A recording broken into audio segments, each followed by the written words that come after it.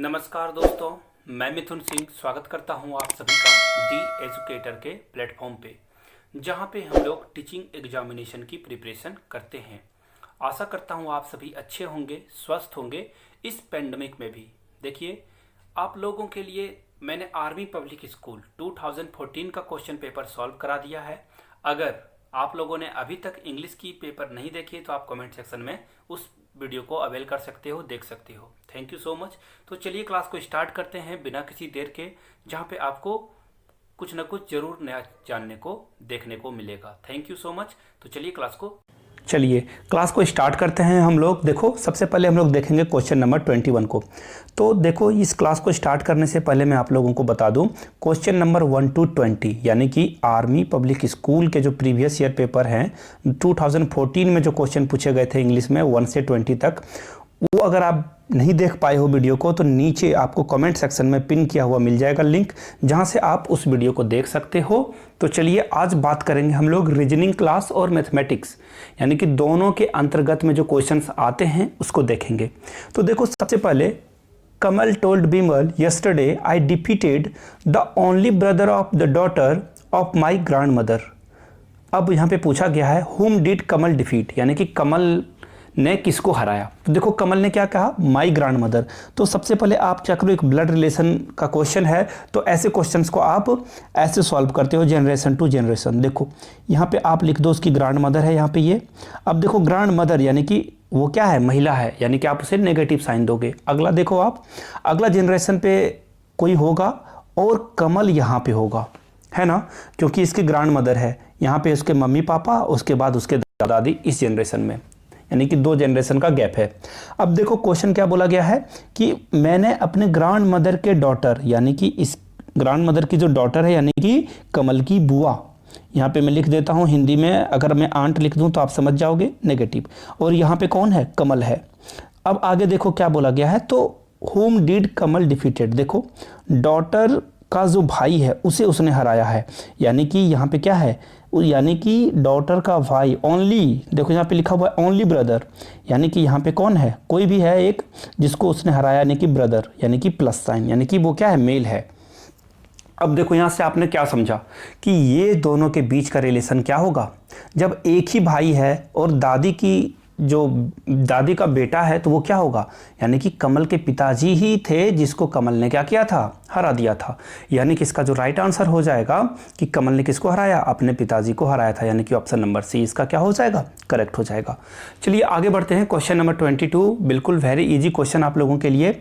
Lesson को उसने लिखा है NGUOML, तो पजल को क्या लिखा जाएगा ये आपको बताना है। तो देखो, सबसे पहले लेसन को देखो, यहाँ पे आप 2 पार्ट में डिवाइड कर दो, LESSON, लेसन हो गया ना। तो आप 3 पार्ट को अलग रखना, 3 पार्ट को अलग। अब मैं ऐसा क्यों बोल रहा हूं आप समझ जाओगे। देखो, L में अगर आप 2 ऐड कर दोगे तो क्या आएगा, MN, राइट। E में अगर 2 ऐड कर दोगे तो क्या आएगा, FG, ठीक है ना।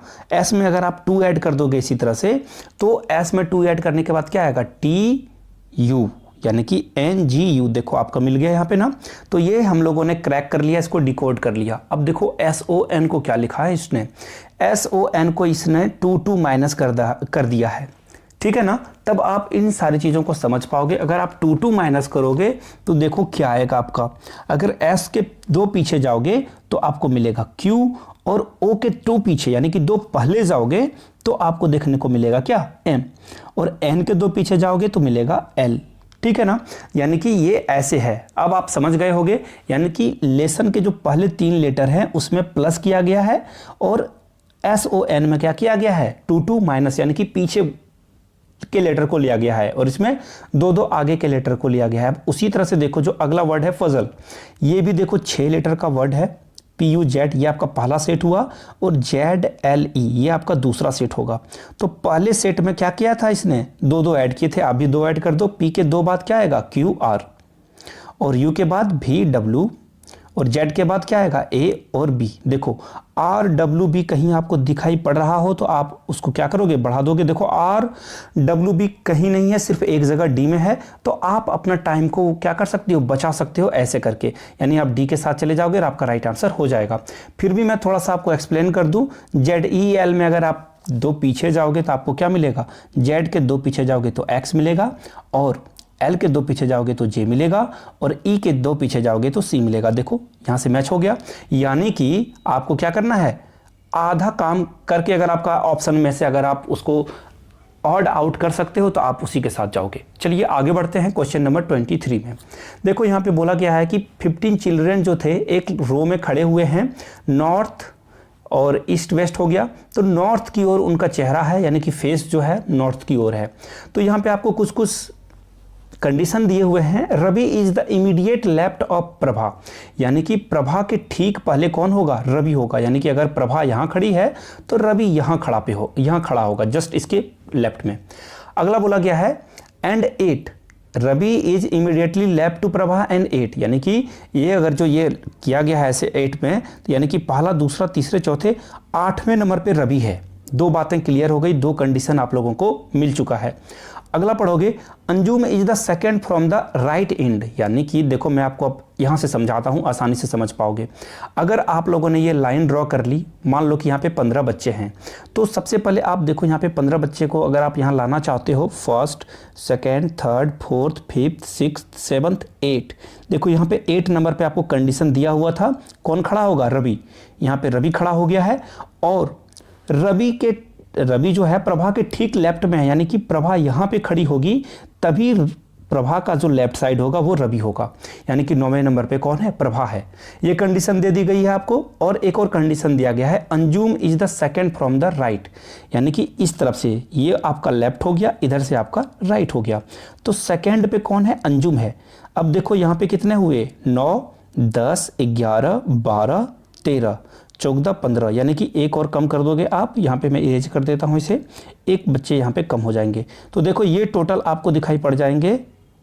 फिर से मैं लाइन ड्रॉ कर देता हूँ, 1 2 3 4 5 6 7 8 नंबर पे रवि, और ठीक प्रभा इसके पहले, तो ये हो गया 9 नंबर पे, और सेकेंड लास्ट से कौन खड़ा हुई है, अंजुम। अब देखो कितने हुए, काउंट कर लो आप, 1 2 3 4 5 6 7 8 9 10 11, यानी कि कितने बच्चे और कम बचे हैं, 11 में से 15, यानी कि 4, तो 4 कहां पे आ जाएगा आपका, 1 2 3 4, ऐसे हो गया ना। अब देखो जो कंडीशन में पूछा गया है, which of the following is statement is not true, तो देखो ये अगर पूरी कंडीशन को अगर आप पढ़ लोगे, एनालिसिस कर लोगे, तो आपको समझ में आ जाएगा कि कौन सा स्टेटमेंट ट्रू नहीं है। तो 23 का जो आपका ट्रू नहीं होगा वो हो जाएगा कौन सा नंबर, कि Anjum is the 13th from the left and, यानी 13 से अगर आप जोड़ोगे तो अंजुम 13 नंबर पे नहीं आएगी। ये क्या है, इनकरेक्ट है, यानी कि ये आपका क्या हो जाएगा, गलत हो जाएगा, यानी कि डी इसका क्या हो जाएगा, करेक्ट आंसर हो जाएगा। आगे बढ़ते हैं क्वेश्चन नंबर 24 की ओर। देखो यहाँ पे एक कोड भाषा में बताया गया है। सबसे पहले मैं क्वेश्चन आपको लिख देता हूं कि इसको डिकोड करने के लिए आपको बोला गया है NH L, डॉलर का साइन दिया हुआ है P, उसके बाद दिया गया है स्टार Q। तो देखो अब आपको बताना है कि ये रिलेशन क्या कहलाता है, तो देख लो आप। हैश का मतलब क्या होता है, देखो यहां से हैश का मतलब हुआ कि जो पहले वाला है वो क्या है, उसकी माँ है, हैश वाला मतलब उसकी माँ है। और इसी तरह से डॉलर वाला साइन अगर आप यहाँ से पढ़ोगे तो आपको दिखाई पड़ेगा कि वो क्या है, उसके पिताजी हैं। ठीक पहले वाला लेटर का जो है वो पिताजी होगा पी का, एल पिताजी हो जाएगा पी का। तो अब मैं इसे फ्रेश करके बना देता हूँ, यानी कि ये जो हैश का मतलब हुआ क्या हुआ, सबसे पहले आप ये जान लो, बहुत इंपॉर्टेंट चीज़ है ये। हैश का मतलब हो गया वो क्या है, मदर है, तो मैं इसे शॉर्ट में मदर लिख देता हूँ। और इसके बाद क्या आएगा, डॉलर का साइन मतलब फादर। ये दो बातें क्लियर हो गई। अब देखो स्टार का मतलब हो गया, स्टार का मतलब सिस्टर। तो ये तीन जो साइन थे, ये 3 साइन दिया हुआ था। अब आपको बताना है कि ये जो है एन क्यू का क्या रिलेशन है। तो देखो सबसे पहले जब आप इन सारे चीज़ों को लगा दोगे तो एल जो है क्या है, इसकी माँ है, तो एल की जो माँ होगी वो कौन होगी, एन होगी। मैं अगर इसे यहाँ पे खड़ा कर दूँ एल को, तो इसकी माँ कहाँ पे खड़ी होगी, यहाँ जस्ट ऊपर में एक जनरेशन का गैप है, यानी कि माँ इसकी नेगेटिव। फीमेल को हम लोग नेगेटिव से रिप्रेजेंट करते हैं। L क्या हो गया, प्लस हो गया। अब आगे देखो अगला स्टेटमेंट क्या है कि P है इससे पहले, यानी कि P जो है स्टार, यानी कि P क्या है, L क्या है, P के साथ पिताजी का संबंध है, यानी कि P का जो पापा होगा कौन होगा, L होगा। ये बात क्लियर हो गई, यानी कि अब ये भी मैंने लिख दिया। अब आगे जब देखोगे P is the sister of Q, यानी कि ये क्या हो जाएगी, महिला हो जाएगी ना, सिस्टर है तो किसकी सिस्टर है भाई, Q की। तो Q मैंने यहाँ पे लिख दिया। अब देखो Q का कोई जेंडर नहीं है, प्लस माइनस कोई भी इंडिकेट नहीं किया गया है, आपको बताना है N और Q के बीच का क्या रिलेशन है। तो देखो जब यहाँ पे कुछ डिफाइंड है ही नहीं प्लस माइनस, तो आप कैसे बता पाओगे, यानी कि इसका जो करेक्ट आंसर हो जाएगा कि हम लोग डाटा क्या है, इनएडिक्वेट है, यानी कि पर्याप्त डाटा नहीं है, यानी कि बी के साथ हम लोग जाएंगे। आगे बढ़ते हैं क्वेश्चन नंबर 25 की ओर। देखो प्रभा को डिकोड किया गया है 27595 से और तिलक को डिकोड किया गया है इस नंबर से, तो भारती को कैसे लिखेंगे। तो देखो ऐसे क्वेश्चंस को आपके पास जो डेटा दिया हुआ है वहीं से आप सारे लेटर को रिप्लेस करके निकाल दोगे। देखो सबसे पहले भारती आप लिख दो, यहाँ पे भारती लिख दिया मैंने, भारती। अब देखो भारती आप लिख दिया, तो देखो बी को आप कोशिश करो खोजने के लिए, बी को क्या लिखा गया, देखो प्रभा में बी यानी कि 9, यहाँ से 9 मिल गया आपको। एच देखो यहाँ पे एच, तिलक में TH, देखो 3 के बाद कौन सा लेटर है, 6, तो यानी कि 6 मैंने लिख दिया। एंड सेम अब देखोगे ए आपको देखो कहाँ पे रिप्रेजेंट करता हुआ मिलेगा, यहाँ पे, यानी ए क्या है 5, तो 965 आपको कहीं पे दिखाई पड़ रहा है, 965 इकलौता यहाँ पे है। तो हम लोग पूरे ऑप्शंस को देखने की ज़रूरत नहीं है। देखो इसे बोलते हैं ट्रिक, जहाँ पे आप क्या करते हो, अपने टाइम को बैलेंस करते हो, बचाते हो, यानी कि चीज़ का क्या हो जाएगा, करेक्ट हो जाएगा। क्वेश्चन नंबर 26 की ओर बढ़ते हैं। Find out only word which can be made from the letters. ये आपको एक लेटर दिया गया है, वहां से आपको बताना है कि ये कौन सा लेटर जो है इससे सिर्फ बन सकता है, इससे जो है मेड है। तो देखो पहला लेटर हम लोग देखते हैं BIO, तो यहाँ पे देखो B आपको दिख जाएगा, I दिख जाएगा, O दिख जाएगा, M दिख जाएगा, लेकिन E नहीं दिखेगा, यानी कि ये तो नहीं हुआ। BASAL यानी कि डबल ए की यहाँ पे आपको ज़रूरत होगी, जो कि यहाँ पे है नहीं, यानी कि ये भी कट गया। और नेम्स में अगर आप जाओगे तो A और E की ज़रूरत पड़ेगी, जबकि हम लोगों ने पहले पता किया है कि यहाँ पे E है नहीं, यानी कि ये तीनों कट गया। तो आपको चौथा मिलाने की ज़रूरत नहीं है एग्जाम में, आप डायरेक्ट इसके साथ जाओगे आंसर। लेकिन मैं फिर से आपको मिला दूँ, देखो यहाँ पे लास्ट वाला आंसर सही हुआ था। S देखो यहाँ पे S मिल गया। अब देखो OSO दोनों मिल गया। U देखो आपको यहाँ पे दिखाई पड़ जाएगा, और L तो U के बगल में ही है, यानी कि आपका जो राइट आंसर हो जाएगा क्या हो जाएगा, D नंबर हो जाएगा। चलिए आगे बढ़ते हैं क्वेश्चन नंबर 27 की ओर। देखो ये क्वेश्चन थोड़ा सा मैथमेटिक्स का है, तो हम लोग आराम से देखेंगे। सबसे पहले देखो मतदान क्या होता है, मान लो अगर 100 लोगों ने 100 लोगों ने क्या किया, अपने वोट को कास्ट किया, ठीक है ना। देखो कंफ्यूज होने की ज़रूरत नहीं है। कास्ट मतलब होता है, एक कास्ट होता है जो हम लोग जाति, यहाँ पे भारत में जाति बोला जाता है, और ये कास्ट मतलब होता है अपने वोट को डालना। तो ये चीज़ें क्लियर हो गई। तो देखो 100 वोट डाला गया है, तो उसमें से देखो क्या हुआ है, 100 वोट में 20% को इनवैलिड, यानी कि उसका कोई भी मान्यता नहीं है। जो वोटर आया था उसने गलतियाँ की, वो मुखिया वगैरह का चुनाव में देखना कि लोग ऊपर नीचे या दोनों के बीच में लिख दिया, तो वो वोट हो जाता है इनवैलिड। तो 100 वोट में 20% यानी कि 20 वोट क्या हो जाएगा, रद्द हो जाएगा। तो देखो सबसे पहले टोटल वोट कितना पड़ा हुआ है, 7500। तो 7500 का अगर आप निकालोगे 20%, तो देखो 20% निकालोगे तो ये 0 कैंसिल, यानी कि 72 5 150, और ये हो जाएगा, यानी कि 1500 वोट क्या हो गया, इनवैलिड हो गया।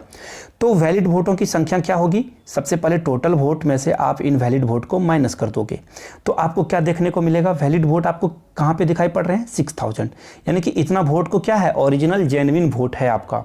अब आगे देखो एक कैंडिडेट को मिला है 55% और एक कैंडिडेट को कितना मिला है वोट, ये परसेंट में है, आपको नंबर में बताना है दूसरे कैंडिडेट का। तो देखो तो 6000 वोट में ही इसने 55% लाया है ना, तो आप इसको क्या कर दो, 55 को ऐसे निकाल दो। तो अब 55 को 6 से मल्टीप्लाई करके आप क्या लिखोगे, मल्टीप्लाई करके देख लो आप, तो ये जो आपका आंसर आएगा, ये देखो 5 6 जा कितना आएगा, 30, 0 कैरी 3 रहा, 30 और 3 33, और यहाँ पे देखो 20 कैंसिल था, 1 0 था, तो यहाँ पे इतना आ गया, यानी 3300 पहले वाले कैंडिडेट को मिला है 30 100। तो दूसरे वाले कैंडिडेट को क्या मिलेगा आपको ये बताना है। सिंपल सी बात है, आप इसको क्या करोगे 6000 में माइनस कर दोगे। 6000 टोटल वोट थे, एक कैंडिडेट जीतने वाले को इतना मिला है, तो हारने वाले को कितना मिलेगा माइनस करोगे तो ये आपका आ जाएगा कितना 2700। देखो आंसर आपका कहाँ पे है, ए नंबर में। यानी कि जो नंबर ऑफ वैलिड वोट जो अदर पर्सन को मिला है वो कितना है 7200। आगे बढ़ते हैं 28 नंबर में। देखो यहाँ पे बिल्कुल एक छोटा सा ट्रिक है जो आपको समझने की ज़रूरत है। देखो 1000 में अगर आप एक बार में 40% डिस्काउंट लेते हो तो कितना बनता है, आप इसे करके देख लो। यानी यहाँ पे 110 यानी कि 400, ये पहले वाले में आपको मिलेगा 400 और दूसरे बार में सक्सेसिव डिस्काउंट है। देखो सक्सेसिव डिस्काउंट का क्या मतलब होता है आप समझ जाओगे। 1000 का अगर आप सक्सेसिव डिस्काउंट निकालोगे 35%, तो इससे कट करने के बाद आपका कितना आया 350। तो देखो जब आप अगला 5% निकालने के लिए जाओगे तो आपको 1000 में जो 650 है ना उसको माइनस कर देना है, यानी कि कितना आया 350। तो अब अगला डिस्काउंट जो होगा 350 का 5% होगा, ठीक है ना। तो अब जब इसको आप माइनस करोगे तो 2 और 72 का कितना आएगा 17.5। तो अब देखो यहाँ पे आपको एक और देखो, ये थोड़ा सा क्वेश्चन को लेंदी किया गया है। अब आपको बोला गया कि डिफरेंस निकालना है दोनों डिस्काउंट के बीच का। तो देखो पहला बार अगर आपने सिर्फ 40% में डिस्काउंट लिया था तो आपको कितने रुपए डिस्काउंट मिले थे 400। और जब आपने दो डिस्काउंट लिया, एक बार 35 का और एक बार लिया 5% का, तो दोनों को आपको ऐड करके लिख देना है। तो एक बार कितने मिले थे आपको, देखो याद होगा आपको 350 मैंने निकाला था और दूसरे बार मैंने कितना निकाला था, वो आया था आपका 17.5। तो आप यहाँ क्या करोगे 17.5 लिख दोगे, 17.5 यानी कि 17.5 आपका क्या हो जाएगा, आप यहाँ से देख सकते हो 350 प्लस 17.5, यानी कि यहाँ पे भी हम लोग 0 डाल देंगे तो, और इसको ऐड करोगे तो 763, यानी कि 400 में आपको जो ये जो आया था 367.50 माइनस कर देना है। तो देखो 50 का 50, 100 में से यहाँ पे कैरी ले लोगे तो 50 बचेगा, यहाँ पे 9 में से 2 गया, 7 गया तो कितना बचेगा 2 और फिर 3, यानी कि 32.50 आया आपका आंसर, ठीक है ना। तो अब देखो आपको क्या करना है, चलिए अब क्वेश्चन नंबर 28 की ओर हम लोग बढ़ते हैं। देखो 1000 में अगर एक बार आपने 40% का डिस्काउंट लिया तो आपको कितना मिलेगा, 40% अगर आप इसको निकालोगे सॉल्यूशन करोगे तो 400 आएगा, राइट। तो ये हो गया पहला डिस्काउंट। उसके बाद अगर इसी डिस्काउंट को आपको 35 और 5% का सक्सेसिव डिस्काउंट मिले तो क्या आएगा, तो देखो ये आएगा आपका 350 डिस्काउंट, कितना 35% में। लेकिन जब आप सक्सेसिव निकालते हो तो आपको फिर एक कंडीशन लगाना होता है, आपको ये माइनस करना होगा, यानी कि आपका 650 आया तो जब आप निकालोगे अगला तो 650 का 5% आपको निकालना पड़ेगा कि कितना आएगा। तो जब आप इसको सॉल्व करोगे ये सारा सॉल्यूशन आपको कितना देके जाएगा 32.5 देगा। तो आप इसको नोट कर लो। तो देखो 40% डिस्काउंट में आपको कितना डिस्काउंट मिला था 400 का, और जब आपने 35 प्लस 5 का डिस्काउंट लगाया तो कितना मिला। तो सबसे पहले 35 को लिख लेते हैं हम लोग और 5% को। तो ये देखो 35 में आपको कितना मिला था, ये मिला था 350 और 5% में कितना मिला था, ये मिला था आपको 32.5, यानी कि अगर इस चीज़ को अगर आप ऐड करोगे तो आपको देखने को मिलेगा कितना 382.50। तो ये आपका आया था दूसरा डिस्काउंट और पहला वाला डिस्काउंट था 400 का, तो आपको इसमें माइनस कर दोगे तो आ जाएगा आपका ये रिजल्ट, यानी कि आपका आंसर क्या हो जाएगा, सी नंबर करेक्ट हो जाएगा। तो सी नंबर के साथ आप लोग जाओगे। अब देखो 29 नंबर में क्या बोला जा रहा है आपको कि एक स्टूडेंट है, देखो ये बड़ा इजी क्वेश्चन है कि ये जो रैंक है टॉप से नीचे में आ रहा है 10वें नंबर पे, 10th नंबर पे, और पीछे से बॉटम यानी कि नीचे से अगर ये आएगा तो ये 31 पोजीशन पे आएगा। तो एक ही बच्चा है, अलग अलग जगहों से आ रहा है ये। तो देखो, तो पूछा गया है आपको टोटल नंबर। तो जब भी ऐसा क्वेश्चन आप लोगों से पूछा जाए, ऊपर से रैंकिंग दी जाए और नीचे से पीछे से यानी कि बॉटम से, तो आप क्या करो, दोनों रैंकिंग को ऐड कर देना और उसमें 1 माइनस कर देना, तो आपको टोटल नंबर मिल जाएगा। तो टोटल नंबर निकालने के लिए मैं बता देता हूं, जो दो रैंकिंग आपको दी जाएगी उसको ऐड कर दो और उसमें सिर्फ -1, ये फॉर्मूला लगाना है आपको। ये टॉप रैंकिंग और ये बॉटम रैंकिंग दोनों को ऐड कर देना। तो देखो यहाँ पे टॉप रैंकिंग है 10 और बॉटम है 31। अब देखो 31 प्लस 10 41 और 41 में 1 माइनस कर दोगे तो आ जाएगा आंसर आपका कितना 40, यानी कि बी नंबर इसका क्या हो जाएगा, करेक्ट हो जाएगा, यानी कि बी के साथ हम लोग जाएंगे। तो ये बी नंबर लॉक हो गया। क्वेश्चन नंबर 30 की ओर बढ़ते हैं। देखो, if all the members of a team are junior और सीनियर, देखो यहाँ पे एक क्लासरूम है, एक टीम है जहाँ के मेंबर जूनियर और सीनियर है। तो जूनियर सीनियर का रेशियो दे दिया गया है 3 और 5 का। तो पूछा गया है कि कितना % सीनियर होगा, ठीक है ना। तो देखो सबसे पहले आप जान लो कि सीनियर जो है वो क्या है 5 है और जूनियर 3 है। तो टोटल नंबर कितना निकलेगा, 8 निकलेगा ना। दोनों को अगर आप ऐड कर दोगे तो 8 निकलेगा। तो आपको निकालना है किसका, सीनियर का। तो सीनियर का निकालने के लिए आप क्या करोगे, देखो सिंपल सी चीज़ है, इसको आप आसानी से निकाल पाओगे, आपको कुछ नहीं करने की ज़रूरत है। देखो टोटल 8 आया ना, तो यानी कि 5/8 और 100 बच्चे अगर मैंने कंसीडर कर लिया तो आप इसको सॉल्व कर दोगे। 8 से अगर आपने 100 को डिवाइड किया तो इसका रिजल्ट आपको देखने को कितना मिलेगा, 100 से डिवाइड करोगे तो 12.5 आएगा, देख लेना आप करके।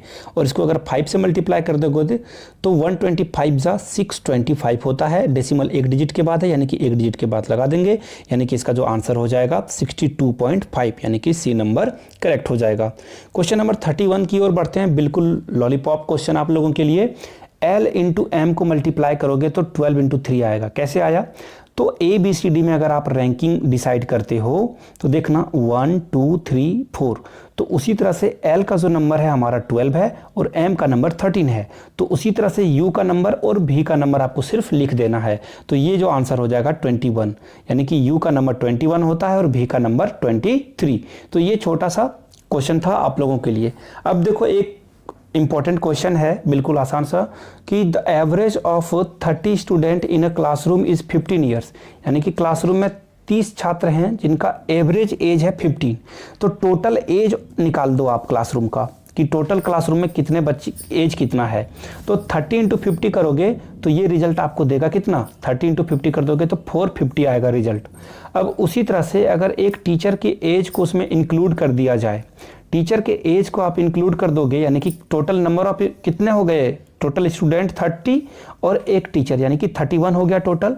और 31 में आपको अब कितना मल्टीप्लाई करना है, एक ईयर जो है इंक्रीज किया है किस चीज़ का, एवरेज एज का, यानी कि आपको 31 इंटू 16 करना होगा। तो इसका जब आप सॉल्यूशन करोगे तो ये रिजल्ट आपको दे देगा 496, यानी कि ये टीचर का एज ऐड करने के बाद क्लासरूम का एज होता है और ऐसे नॉर्मल बच्चों का ये एज होता है। तो जब आप इसको और इसको माइनस करोगे तो आएगा रिजल्ट 46, यानी कि ये जो एक्स्ट्रा ये जो एज निकला यही है आपके टीचर का एज, यानी कि 46 ईयर्स, यानी कि डी इसका क्या हो जाएगा, करेक्ट आंसर हो जाएगा। अगर ये वीडियो आपको इन्फॉर्मेटिव लगी है तो प्लीज़ लाइक करके अपने 2 दोस्तों के बीच प्लीज़ शेयर कर दो, और नए हो तो आप चैनल को सब्सक्राइब करना ना भूलें और बेल आइकन जरूर दबा दें। थैंक यू सो मच, आपने अपना कीमती वक्त दिया। आप हमारे सोशल नेटवर्किंग साइट से भी जुड़ सकते हो, फेसबुक, इंस्टाग्राम या ट्विटर पे, जहाँ पे आपको सिर्फ द एजुकेटर लाइव लिखना है और कहीं से भी आप हमारे चैनल से जुड़ सकते हो, द एजुकेटर लाइव लिख के। थैंक यू सो मच, आप लोगों ने अपना कीमती वक्त दिया। Keep learning, keep growing and most important be safe there because it's pandemic time. Thank you.